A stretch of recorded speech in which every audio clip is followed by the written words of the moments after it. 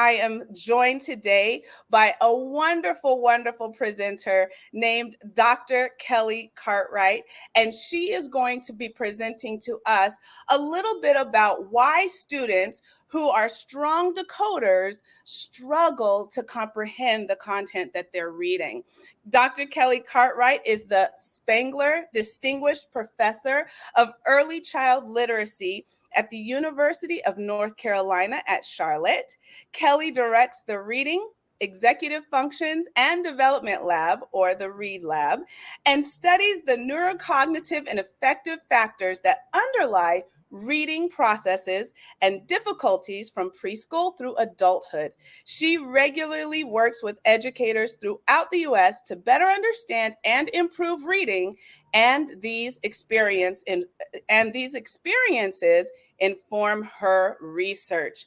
I am so excited to learn from you today. So at this time, I am going to turn it over up to you, Dr. Cartwright, and I can't wait to hear what you share.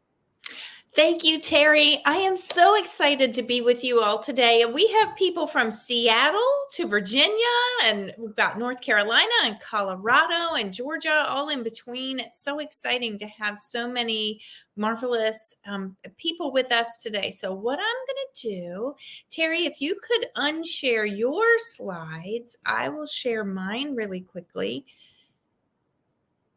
Let's see here. There we go. Let me see. Ready? Sharing a presentation. No share screen. And this one. Here you go. So today we're going to talk about why some students with strong decoding skills still have trouble comprehending texts. And I thought we'd start with this statement. I like to ask people when we're talking together what you think of this statement. Reading is thinking. So just take a minute and put your response in the chat. Do you think you agree with this? Or you could just throw up one of those, emojis and let me know, give me a thumbs up. Do you agree with this statement? Reading is thinking. Let me see what you think of this statement. Anybody agree? I'll give you just a second to respond to that. Reading is thinking. Yes, I see some hearts and some hands in the air. That's right. So if reading is thinking, here's what I want to know. I want to know if this little guy is doing what it is he's supposed to be doing. Now, imagine he's reading what he's supposed to be reading, right?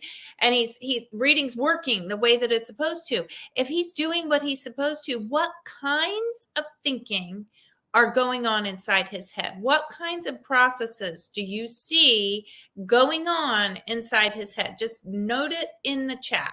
Note it in the chat. Give me some stuff. Tell me some stuff that he's thinking about. Not lunch and recess, but he's actually on task. He's reading well. What's going on?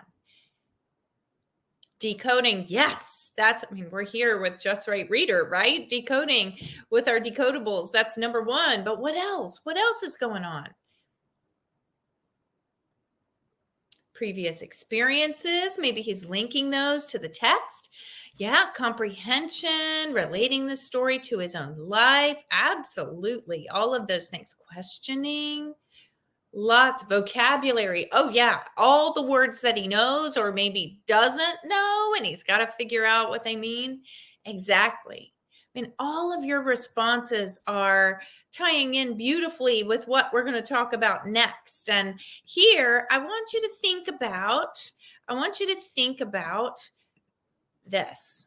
All of your responses are illustrating really well how massive reading is. It's not just decoding, right?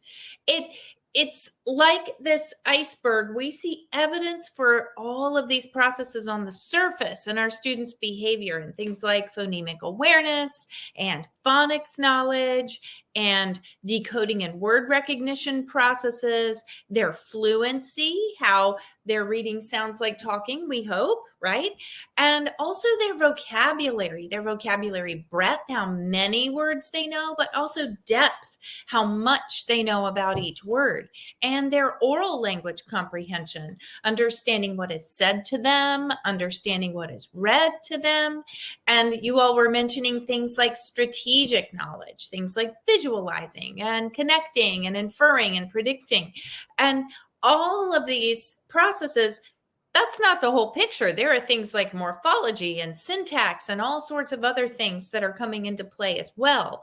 But even though reading involves a jillion processes, as you all have identified, the goal is one thing, right?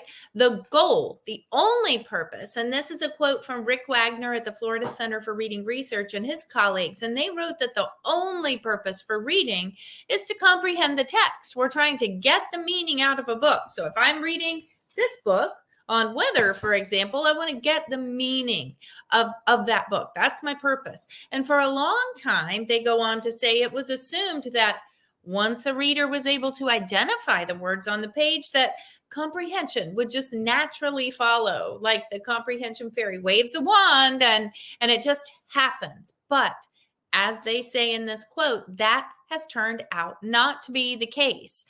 Just because they can decode the words doesn't mean that comprehension naturally follows. And that becomes a problem in the classroom when we do all of our excellent decoding instruction, and then we see that comprehension isn't coming together for our students. Now, don't get me wrong. All of these red things, phonemic awareness, phonics knowledge, decoding and word recognition knowledge and strategies and processes and fluency, all of these are critical to being able to read. If you can't lift those words off the page, then you're not going to understand what a text says. But if a child has word reading difficulties, we know reading comprehension breaks down, but sometimes these things are in place and comprehension still doesn't happen. Now, before I jump into that idea, I want to really make the case here that word reading all by itself, decoding, the first thing that you said when I said what kinds of thinking and you said decoding, word reading alone is extremely complex. It's not just one thing. Good word readers have to coordinate sounds and speech with printed letters or groups of letters that connect to sounds. They've got to hold strings of sounds in mind as they work through a word. So if I am reading the word dog, I'm decoding all the way through that word. I've got to hold d, and g in my mind and squish them together and blend them. That's a lot of mental work. The longer the words get, the more things I have to hold in my working memory, right? I have to blend sounds. I have to deal with syllable structure and morphemes, all of those word parts that help me decode, right? And I've got to be able to flex pronunciations of letters depending on the context. So if I see the spelling W-I-N-D, it could be a short I, like in the weather pattern wind, but it could be a long I sound or an open sound, right? So wind, and that's what I might do with my watch. What else? We know that word reading, even though it's this complex, is not the whole picture, because even when they can do it, they may not understand, and comprehension may look a little like this for some of our students. If you think about that iceberg analogy we had a few slides ago, even if you can see all of those processes on the surface in your students' behavior, it seems like they're understanding oral language. It seems like they've got their vocabulary. They're fluent readers. They can decode, but something below the surface, remember the iceberg, is wrecking their comprehension ship. So we're focusing in on those students today, the students who can decode, but for some reason cannot comprehend, even though the decoding and these other processes seem to be in place. And these students, Who are they? Well, they have strong word recognition skills and surprisingly poor reading comprehension. And researchers say these students have reading comprehension deficits or specific reading comprehension difficulties. They may call them poor comprehenders. And in classrooms, often we call them word callers because they're calling words from a page with no apparent understanding of what they mean. So, when we see them in practice, here's what we see in our classrooms. They sound like great readers. They seem fluent. Their word reading skills are strong and their reading is on or above grade level based on word reading ability. And so they're flying under the radar. Parents think they sound fine. You and I think they sound fine. And then we say, okay, tell me about what you read, right? Answer some questions. They have trouble with retelling. They have trouble with post-reading questions. They don't make inferences. They have a really inflexible focus on decoding at the expense of meaning. It's sort of like they have tunnel vision. They're focusing on the decoding piece, but they don't shift their attention to meaning. And the important thing to remember here is that any child with reading difficulties is at risk of low educational and occupational attainment. It sets them up on a trajectory of disadvantage. And we don't want that for kids. People with low literacy even have poor physical health. So we want to make sure we're setting them on a track to success. And decoding, although it's critical, is not the whole picture because these students are missing something else. And we'll keep going and figure out what things they might be missing. So let's think about what these students look like and how you might identify them in your classroom. So here we've got a collection of students. They're fictitious students. This is the beginning of third grade. And the reading rate, this is words read correctly per minute. We typically see that as a measure of fluency. And we would expect, according to this chart, these are the old Hasbrook and Tyndall norms. We'd expect them to be at 71 words correct per minute in the beginning of third grade. So you can kind of tell where they stack up in terms of where they should be with fluency. Decoding here is in grade equivalent units. So 4.3 is fourth grade and 3 months. And then comprehension here is the same thing, grade equivalent units. So David Martin at the bottom is at fourth grade and 0 months. So he's clearly above where he should be at the beginning of third grade. He's fine. We don't have to worry about him. So take a second and tell me which students, looking at these data, tell me which students you think fit that word caller profile. That's students who can decode, but who cannot comprehend what they read. And I'll give you just a second to put that in your chat. And I'm going to drink water out of my book cup. You could see my book cup here. Who among these students fits that poor comprehender profile? They've got strong word reading, but surprisingly poor reading comprehension.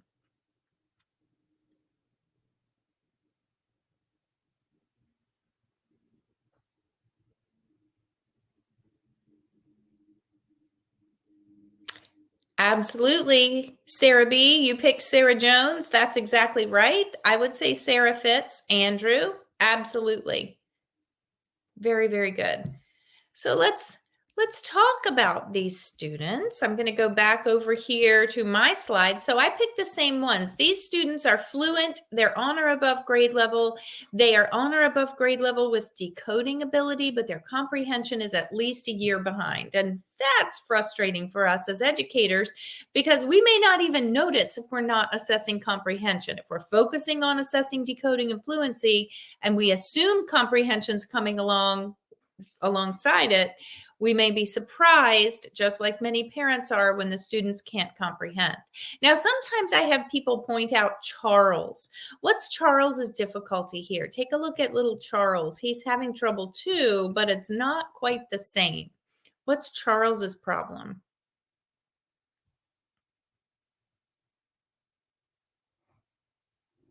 You can put that in the chat.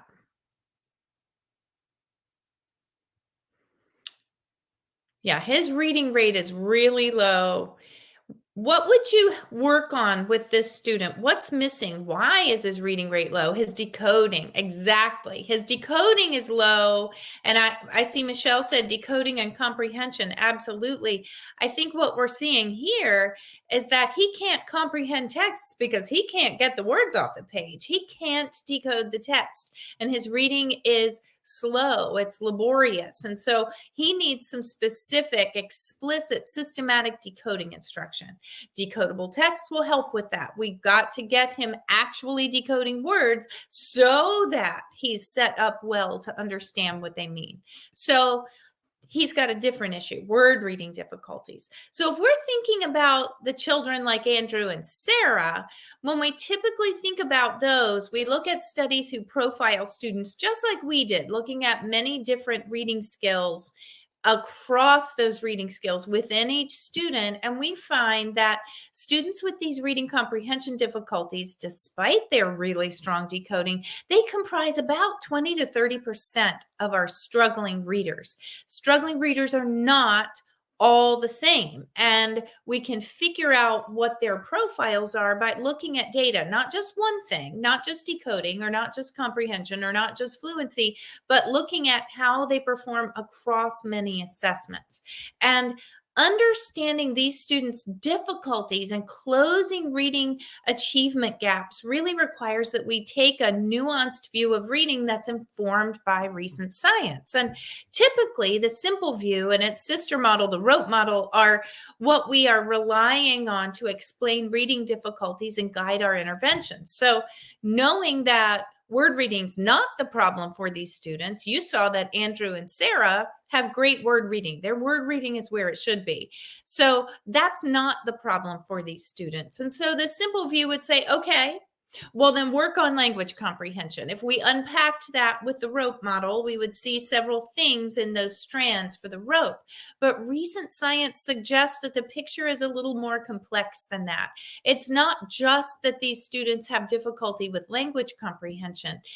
We also know from many different studies that word recognition and language comprehension are not separate things, but rather that they overlap, that they interact and influence one another. You have to be able to do both at the same time. Think about the old thing we used to do as kids where we would pat our head. That's like, I can decode all by myself, all by itself. I can pat my head all by itself, or I can rub my tummy. I can comprehend language all by itself. But when you ask me to put them together, there's this weird third coordination ability. Doing things at the same time is hard, and we have to integrate and coordinate them. But not only that, active self-regulation is an important component of reading. Kids' active self-regulation processes, and adults and us as skilled readers, drive word recognition, language comprehension, and help us put all of that together. So even if we take away word recognition as the problem, this active view of reading would lead us to other questions. So do our students have the language knowledge and skills they need? Can they coordinate and bridge the meaning making and decoding or word recognition processes? And do they have the self-regulation skills they need to bring all of this together, to manage these aspects of reading and coordinate them? And so one of the things that we'll focus on today is going back to this picture. We're going to think about what's going on beneath the surface, or perhaps not going on, that's making it difficult for a child to put all of these pieces together, even when it seems to you and I like they have them. And one of those things that we'll talk about is an important set of self-regulation skills called executive skills. These are mental skills that we use to manage our thoughts, our feelings, and our behaviors to achieve goals. So in reading, it's a critical set of mental skills that helps us manage and coordinate all of those many reading processes toward that end goal of reading comprehension.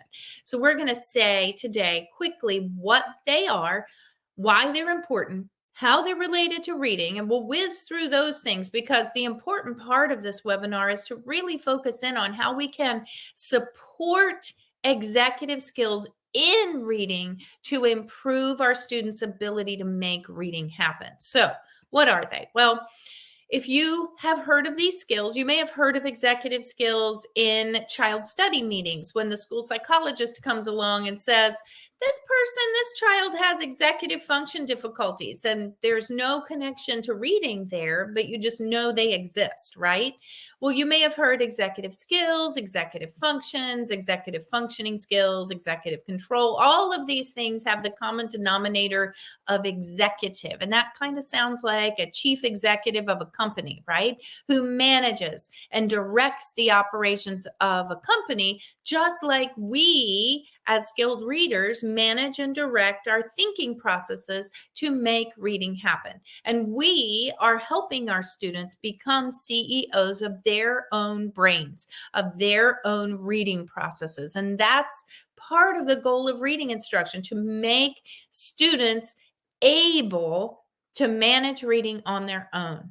So thinking about these in everyday terms, I want to give you an example that really links it to everyday experience. So when we're going to shop at the grocery store, we all do this. I make a list. I'm sure you make a list just like I do. And we use that list to help us remember things, to help us when we're shopping, so that we check the list. We flexibly are shifting back and forth between the list and the things in the store to make sure we get what we need. We may plan that list and put it in a particular order so that we can get things as we go through the store, and we buy the ice cream last so it doesn't melt. All of those things, that organization, the planning, the memory, the flexible thinking, shifting back and forth as we attend to the list and the items in the store. All of those are executive skills. And so is this one. We're using our list to help us as we push our shopping cart by the end cap of Oreos. And I think they now have those springy color Oreos. Soon it will be the ones for Independence Day, and then we'll get to the orange ones for fall. But we have to resist those. We have to inhibit our impulse to buy those things. And that's another executive skill. And these are at the heart of self-regulation. All of these things: flexible thinking, inhibition, working memory, planning, organization.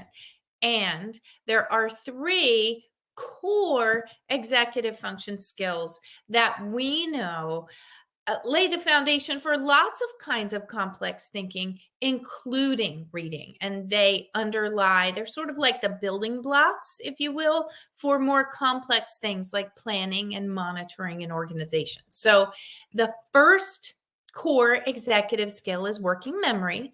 So it has 2 parts. You're holding some things in mind while working with part of that information, like remembering directions while carrying them out, holding text meaning in mind while decoding a text. And cognitive flexibility, or mental flexibility, it enables you to shift or switch between ideas or activities, to revise goals and plans. So anytime you're in the middle of teaching a lesson and you see your students looking at you like deer in headlights, and you have to shift on the spot, you're showing the amazing cognitive flexibility that we have as educators. In reading, we need to transition between tasks. We need to juggle words, sounds, and meanings, and deal with both as we're working our way through a text. And we also need to exercise inhibition. That's the third core skill. We resist impulses. We stop and think before we act. So we may wait our turn, use our words instead of grabbing things.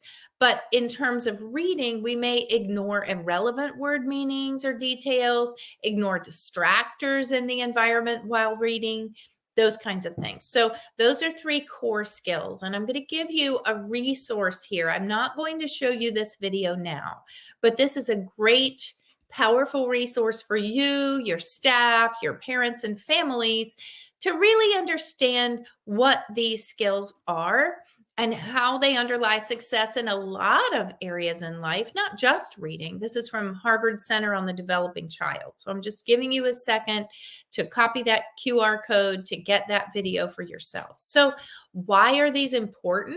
Well, they underlie a student's ability to follow directions, control impulses, to focus and be patient and pay attention and take turns and persevere in the face of challenges. They underlie the ability to be the ideal student. We wish all of our students had all of these skills, right?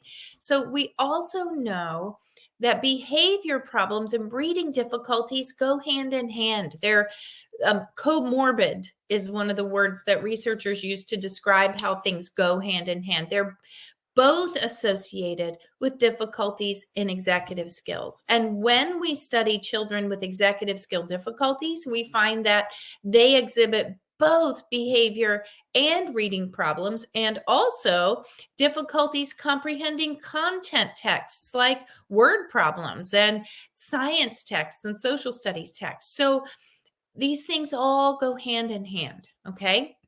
We know that early executive skills, preschool age executive skills, predict growth in emergent literacy across pre-K, kindergarten literacy, third grade reading comprehension, math and reading achievement at age 21, and college completion by age 25. So they predict lifespan academic success. So executive skills, I'll argue today, and help you understand how this can help your instruction, help students coordinate, to manage, to hold up, to hold together, and juggle all of those many processes that they need to deal with to be good readers.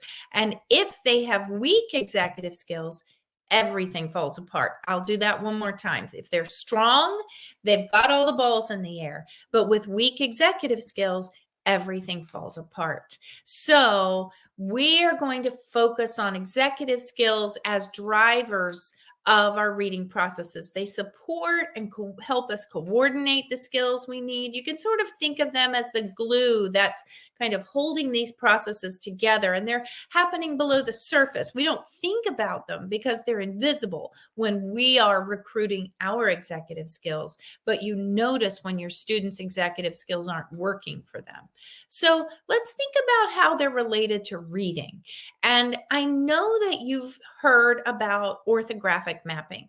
Sometimes when people talk about orthographic mapping, they talk about it in terms of connecting letters to sounds and speech. And that's a critical piece of it, right? The spellings and sounds and connecting those things up. But that's not the whole picture. Linnea Airy, who coined the term orthographic mapping, she talked about this and defined it as the formation of letter-sound connections to bond the spellings and the pronunciations, which we know are important, and the meanings of specific words in memory. Orthographic mapping involves all three. We take those letters, we hook those letters to the sounds make a pronunciation, the pronunciation calls up a meaning, and we've glued all those things together. But executive skills facilitate those links. Executive skills help us to glue all of those parts together when we orthographically map words. And that ties beautifully into what we know about our reading brain. When we're developing a reading network, it doesn't come with the package, right? We're born with a brain. That brain processes sounds and meanings. So when I say, oh, look at the kitty, a child is connecting the sounds of the word kitty to the cute little fluffy meowing thing that they see, but there's no letters involved. We come with sounds and meanings and places to process those. And when we get good instruction in how to decode print, that letter-based instruction, right? Learning how to decode helps us repurpose part of our visual brain to process letters and create what's called the letterbox, or the visual word form area in the brain. And we're connecting up the letters, the sounds, and the meanings. And we know that executive functions facilitate links between the hubs in the reading brain. So just as with orthographic mapping, executive functions are facilitating links there, but students with dyslexia, the ones who have trouble with decoding, and reading comprehension difficulties have weak connections in the reading network and weak executive skills. So you can see how executive skills really are the glue that's helping us link and coordinate all this stuff together. So we know specific executive skills underlie successful reading, and we've talked about what they are. So I'm just going to list them here with some citations: planning, organization, cognitive flexibility, inhibition, and working memory. And we know that students with reading comprehension difficulties, the ones who can decode but can't comprehend, surprisingly, they show significant weaknesses in every single one of these executive skills. So that's why I'm with you today. I want to help you understand how we can teach in ways that support the way those executive skills show up in reading processes, how they support specific aspects of reading to help our readers achieve a more meaning-focused approach to reading texts. And when we talk about executive skills, it requires that we talk about thinking in ways that are not quite familiar to us. We're used to doing think alouds and comprehension strategy instruction where we're talking about that kind of thinking. But here, we're going a little beyond that. And it's also going to bring together many things that we already do. So I may talk to students this way. Here's just some teacher talk examples. I tell students that good readers are good thinkers. They are good planners. They know why they're reading and they make a plan to get there. They're organized thinkers. They know how words and stories and books are put together, and they use what they know to help them remember what they read. They're flexible thinkers. They can think about and do lots of things at the same time. And they have good memories. They can keep some things in mind, that's working memory, while doing other things. And finally, they're good at ignoring or inhibiting things that are not important to understanding, right? So we're making invisible processes visible for students. When a student has weak executive skills, they can't get the stuff done, the invisible things done in their head, and our scaffolds for them become concrete. We put that thinking on the table. We may talk about it out loud, but we're also putting that invisible thinking within reading processes on the table for students to make those invisible processes visible and help them to better manage and drive their reading. So I'm going to go through those 5 executive skills that we talked about and give you some specific ways to address these in your reading instruction. And the first one is planning. So understanding how planning relates to reading draws on many things that we know good readers do. We're helping students to set goals for their reading so that they have a plan and they are taking steps to get themselves to that plan. All right. We might give them a tool that looks like this. It's my plan to understand. And we might help the students to devise a goal for the text. What is the goal? If I'm reading a text on weather, I might be reading to understand tornadoes, for example. And so I set that goal. I need to do a report on tornadoes. So I need to find out something about them, right? And then with my goal in mind, I may take steps to get there. Looking through that book, I may ask myself, well, gosh, what do I see to help me reach the goal? I may use the table of contents. I might see bold words. I ask myself, should I pay more attention to some parts and slow down for others? Help the student to see which pieces of the text they might need to focus on. Connect.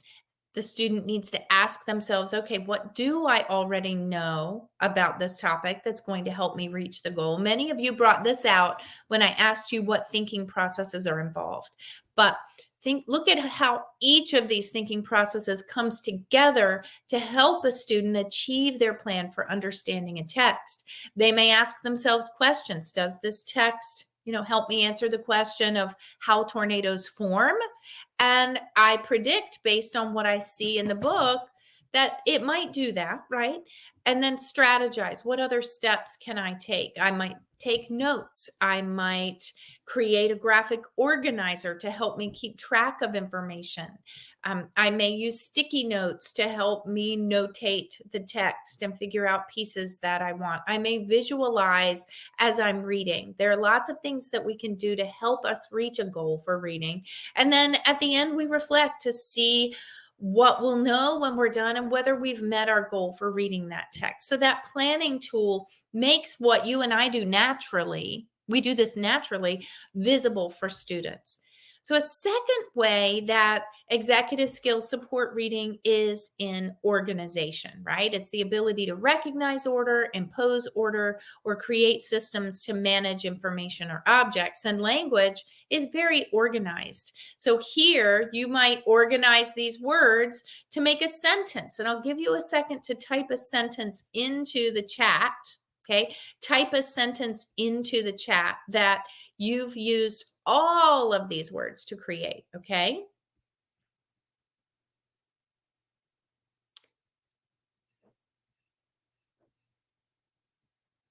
It's got to be all the words. Can't just be reading is fun, although we all think that, I would expect, given that we're reading teachers. Somebody type a sentence into that chat. How can you reorganize those words?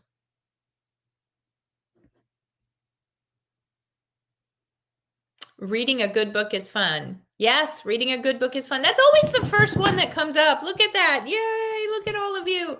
So that's exactly the first sentence I would be looking for. Reading a good book is fun. Reading a fun book is good. A good reading book is fun. A fun reading book is good. A good book reading is fun. A fun book reading is good. I've had people say, is a good book reading fun? Yes, I would say it is. Even decoding involves the internal organization of words. We're organizing letters to create words based on known spelling patterns and the letter sound connections. Below, blow, bowl, elbow, bow, or bow, right? Lob, low. So teaching word study, teaching phonics, teaching decoding involves teaching spelling patterns and how letters are organized to create words, to create specific sounds. We're teaching organization. So reading involves recognition of the organization already in words and texts. It involves the ability to use a word's organization to decode it or a text's organization to remember what's in it and understand it. And the ability to apply one's own knowledge of organization to words and texts because you're using your explicit knowledge of organization as a tool. So if we look at this scrambled sentence, quickly, backyard dog, the, she, in, brush, the. If you have a student who has difficulty rearranging words to make sentences, they don't have good syntactic awareness, that's going to lead to difficulties with comprehension. But you can teach this and you can assess this. You can begin each day with a sentence anagram, have students rearrange them, and that gives you a window into whether they've got that organization. You could do the same thing with word anagrams, teaching students to rearrange letters to make words. It gives you a window into their thinking to see whether they have a good handle on the internal organization of words and of sentences. So this is what an assessment might look like. You could have them rearrange these sets of words into sentences like I like dogs all the way down to I ride the bus to school. If you find that a student has difficulty, you can use a syntactic organization lesson plan that helps them to identify the pivot point in a sentence, the action in a sentence. When they struggle with this, their comprehension suffers. But when we teach it, children with reading comprehension difficulties show significantly better comprehension. So in this particular activity, what we do is we first help them find the action word, which in this sentence is brushed.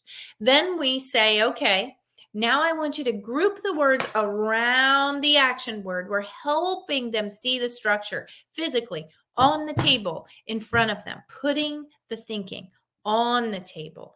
Ask them who did it. And then they write, okay, she brushed. Or you might just give them the words and they arrange them on the table. How did they do it? That goes right before the action word. So she quickly brushed. To whom or what? The dog. Where? In the backyard. And then they have a whole sentence. She quickly brushed the dog in the backyard, arranged around the action word, helping them to get a toehold into the organization of language.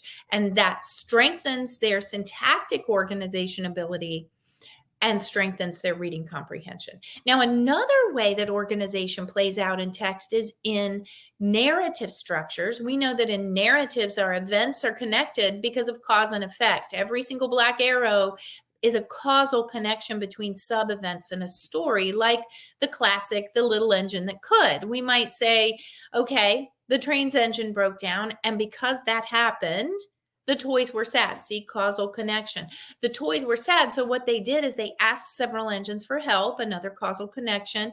Because they asked, the blue engine pulled the toys over the mountain. And then because she did that, the toys were happy at the end. Each of these black arrows is a causal connection. But children like Andrew and Sarah, who we identified at the beginning of our day, they struggle with understanding cause and effect in stories, and their retellings are like a string of unrelated events. They just say and they don't show any connection between the sub-events. We can support their understanding of causal connections in narratives by providing story maps. Just Right Reader provides several different kinds of story maps that you can access here. Here's one example where we're identifying. Lorna Idle did several studies where she identified with kids the characters, when the story took place, where the story took place, what the problem was, how the characters tried to solve the problem, whether it was hard, was the problem solved, what did you learn, can you think of a different ending? Working through these questions helped the students to identify the story structure and improved their reading comprehension. And some critical words that I used when I was retelling The Little Engine That Could with you are connecting words or connectives. So in this sentence, there's a missing connecting word. Sharon got wet blank. She forgot her umbrella. If I'm Andrew or Sarah, I'm going to say and, because they just throw and in there for everything. You and I would say because, but children with RCD, with reading comprehension difficulties, tend only to use those simple additive connectives, but not others. They need explicit support, putting that thinking on the table. So here are some ways that we can do this, okay?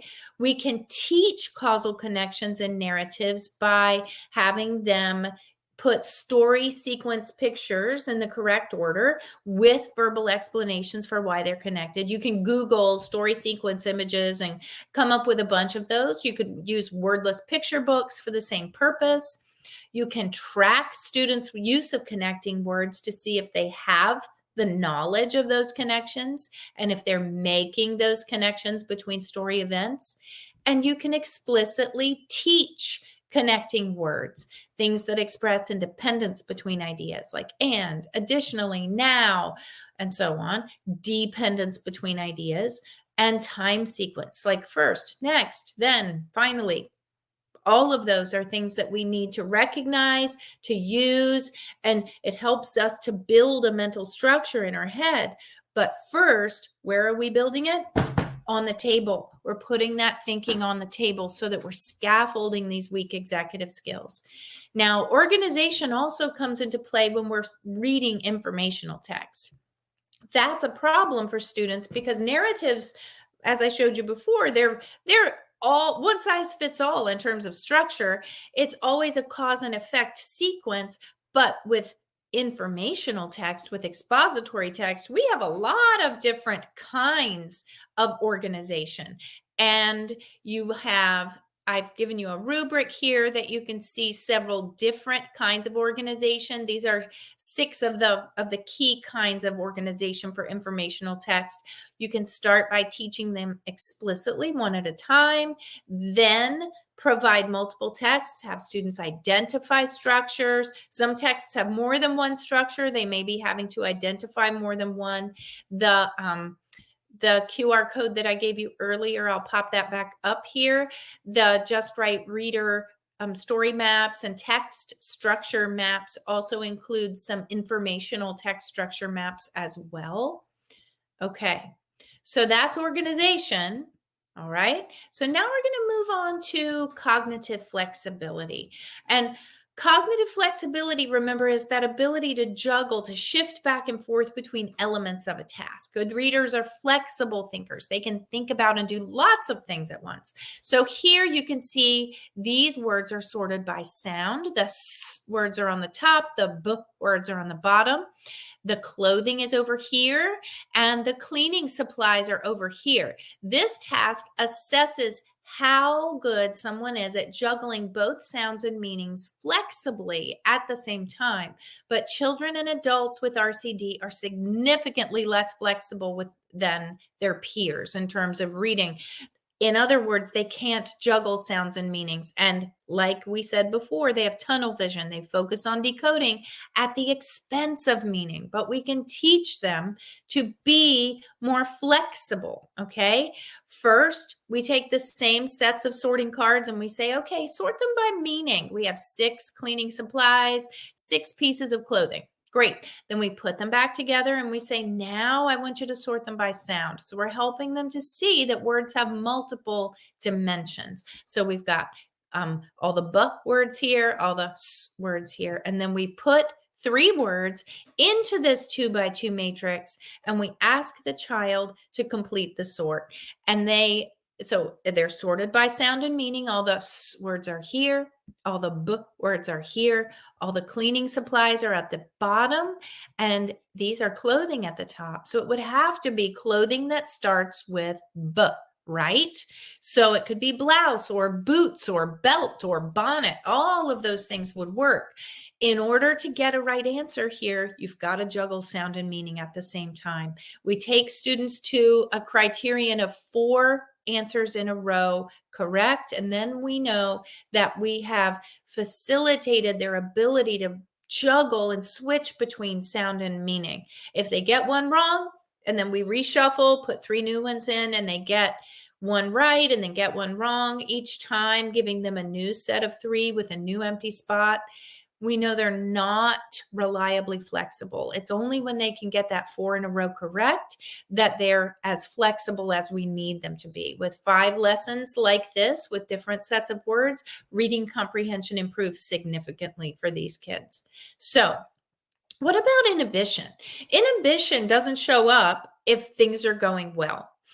Inhibition is only seen when they lack inhibition. So they're calling up irrelevant word meanings. They have trouble ignoring irrelevant details. They're reflexively blurting out stories or blurting out the first word that comes to mind. So they say bring instead of bridge. They don't stop and think. And our friends Frog and Toad talk about this as having willpower. They're eating a bunch of cookies and one of them, Frog, says we need willpower, and Toad says, what's willpower? And Frog says willpower is trying hard not to do something that you really want to do. So here, one of the ways that we have to help students see that they need to recruit their inhibition is when words have multiple meanings. Sometimes we expect kids to learn or to know academic meanings for words that also have everyday meanings, and they've got to inhibit the common meaning in favor of paying attention to the more specialized meaning, like the word sentence in language arts versus math. Or my favorite is the word some. If I say, hey, can I have some of your cookies? You're giving me part of them. But if I say in math class, you have 3 on the table and 2 in your lunchbox, and I say, what's the sum of your cookies? That now means all of them. And that's confusing. Here's a great text that capitalizes on this multiple meaning problem. The Next Door Detective Agency, the case of the apparent punchline. And here kids are, and we see a play on words where you have to inhibit one meaning and think of another.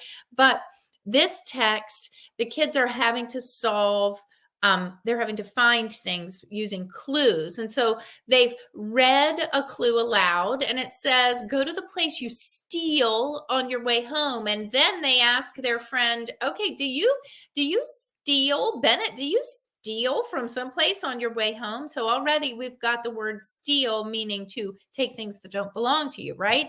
And then they talk about a steel mill. Wait, that's a different meaning of the word steal.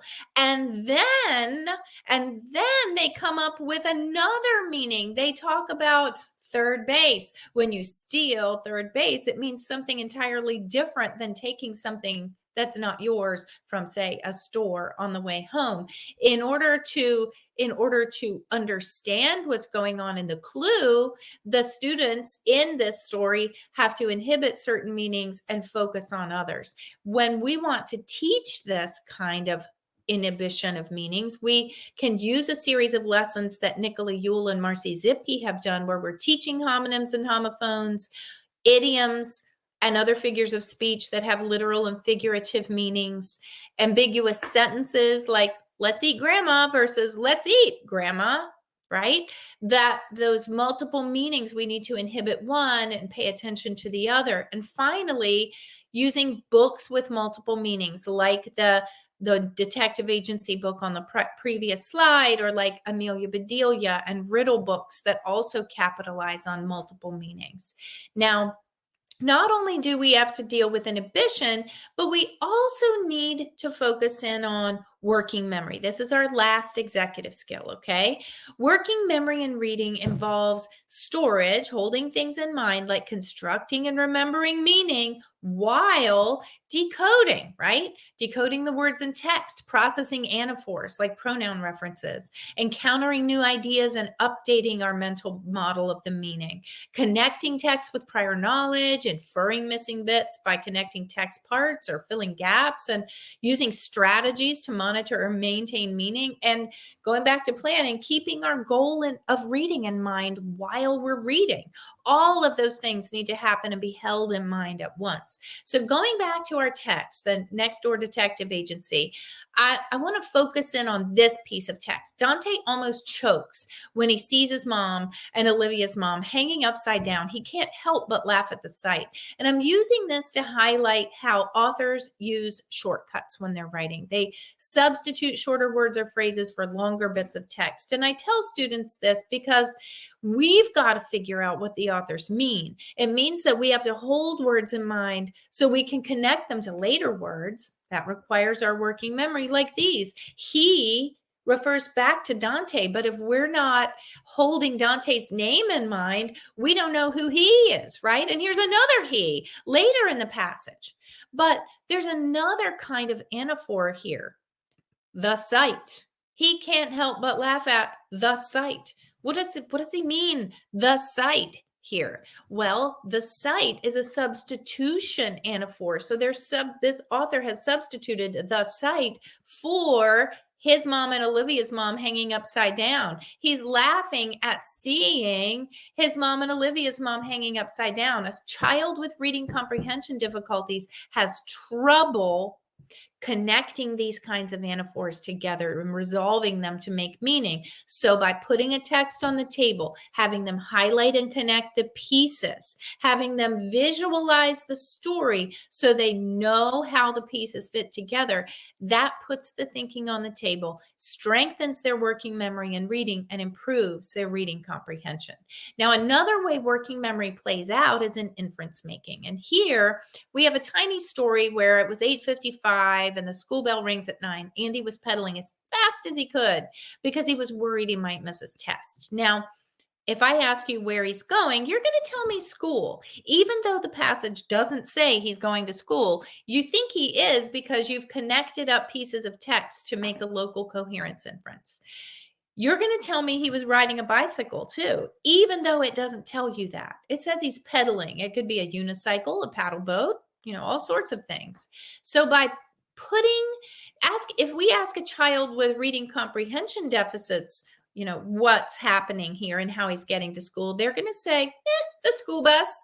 They won't even know. They won't make that inference. So we can put the thinking on the table in a way that helps them to see how they connect text, right? They connect text. Here's information in text and have to supply their own knowledge to make that text make sense. Authors are expecting us to do this and figure things out like a detective.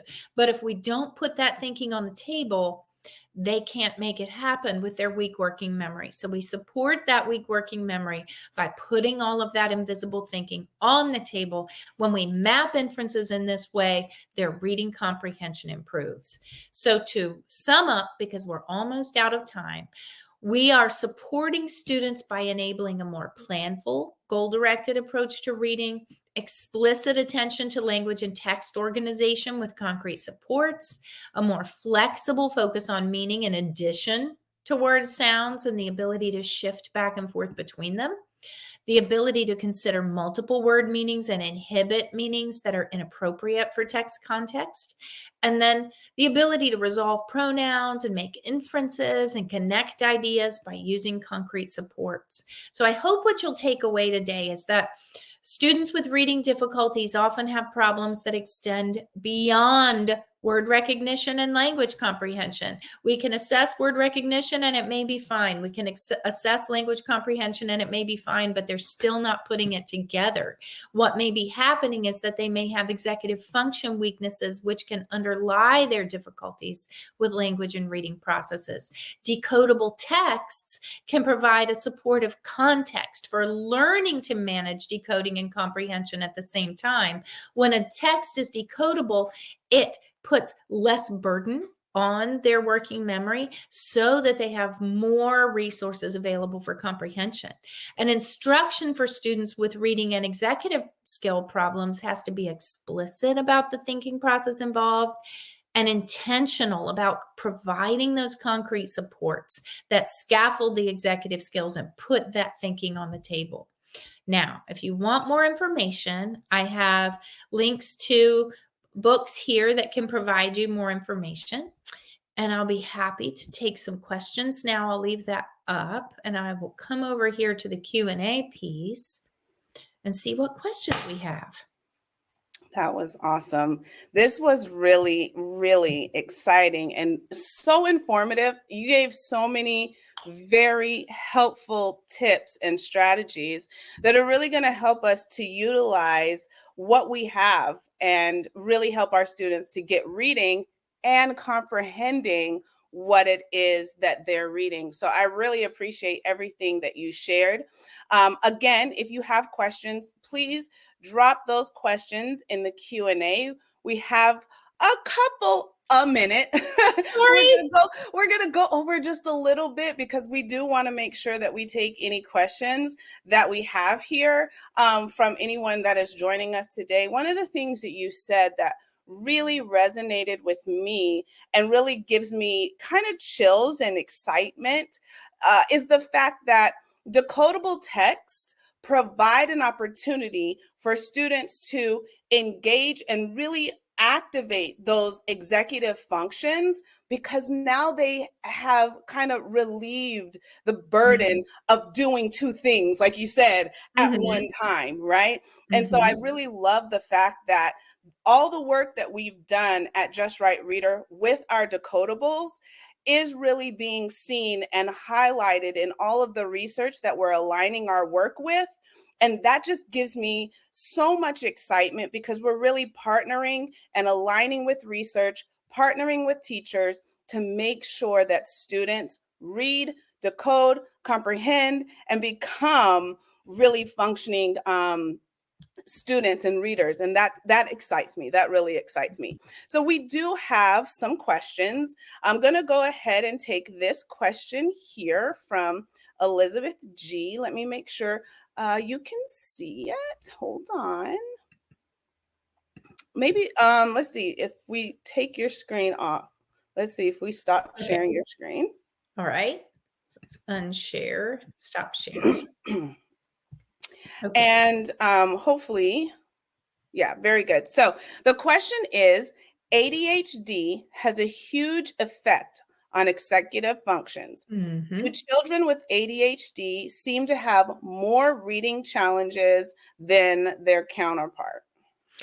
Absolutely. And ADHD, one of the hallmarks of ADHD is executive function weaknesses and inhibition and working memory. And a lot of the interventions for students with ADHD help to support and put that thinking on the table in the same way that I described to you today. So the interventions that I've described today will also support students with ADHD, but we often see this kind of pattern in a student with ADHD where they can decode, but comprehension isn't happening because of those weak executive skills. So the scaffolds, the concrete scaffolds really help them.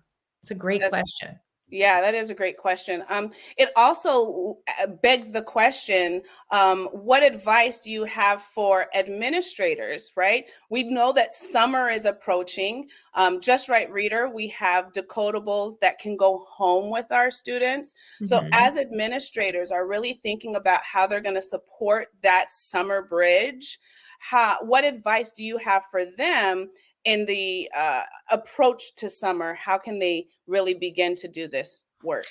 I think communication is key. Communicating with families that reading should not be a chore, but should be fun, providing fun texts that are engaging, that actually have plots. And I know your decodable readers do have plots. And so they are engaging, and having students take home their own text is a really important way to help with that summer bridge. I know I recently, just this past week, a couple of days ago, Reading Rockets sent out an email saying that they have summer supports where parents can text and get texts for supporting literacy. There are a lot of free resources out there as well. But I think summer for administrators is also a time where we can think about curriculum and think about whether that curriculum is supporting decoding instruction in the way that it should, whether it's supporting comprehension instruction in the way that it should, and making sure that we're ready for the new school year as well.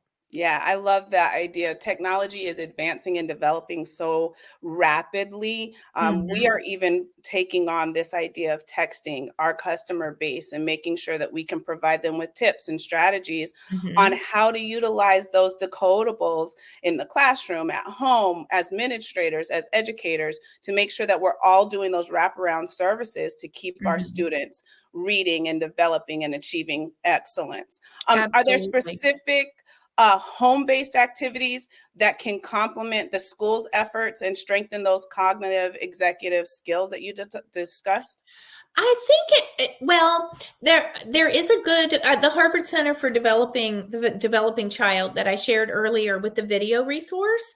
They also have some handouts, and I can send you the link so that you can send that link out to the attendees. But they have some great handouts for varying age groups for ways that you can help build these skills at home. Now, the recommendations that they have are for general executive functioning skills, not ways that they show up in reading. But helping a child to become stronger then sets the stage for us to be able to improve them in reading. And certainly, time and text matters. We've got to have children reading, actually reading, not just on screens, but actually reading real books. And Yeah. I always am an advocate for reading, reading, reading. Yeah. And No. you mentioned that the decodables that Just Right Reader has, we have been very intentional about making sure that we have a plot, that our Mhm. stories have characters that are developed Mhm. and have a beginning and a middle and an end, solve problems. We've really been intentional of making sure that they see themselves in the text and that they can relate to them, that they can tell the sequence of the story. Even in our 3-5 books, we've made sure that those multisyllabic words, that text structure follows that nonfiction text structure that we want our students to be able to ask and answer questions about. Mhm. And being able to now marry those and then have those take home decodables that go home with students and have that QR code on the back that allows them to have a interaction with the teacher teaching the skill, really allows the parents at home to be able to see what's happening in the text and support their Mhm. students with those skills. So I think it's beautiful. I'm excited about everything that you shared here. I want to go back to the chat to make sure we haven't missed any questions. I always love it when we have some questions in the chat. because it lets us go in and delve deeper. And then I always love it when there's no questions, because that also lets us know that we did what we came here to do, and that there was great understanding. So yeah. Great stuff. Thank you so much for joining us. Thank you to each of you who are in the audience, who are joining us. We are excited about where we're going, and we will make sure that we get this out to you in the next 24 to 48 hours. If you have questions, feel free to reach out to myself or anyone at the Just Right Reader team. You can always connect with us at justrightreader.com. We are excited to connect you with any of our decodables or any of the resources and materials that we have. And we will make sure that we continue to bring you great researchers and great conversations just like this one in the coming weeks. Again, thank you, Dr. Cartwright. We will talk to you soon, and happy reading to all of you. Bye-bye. Thank you. Bye-bye.